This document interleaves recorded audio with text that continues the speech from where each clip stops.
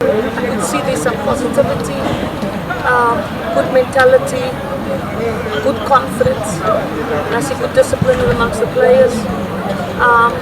We also brought in some new players from on school level that I've selected that they used to told me we're really looking at them because the aim is to do well against Ghana away, and we all know now playing Ghana it's going to be very, very difficult.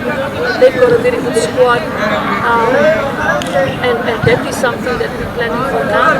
To find the right combination, to find the right players, to be able to compete against Ghana.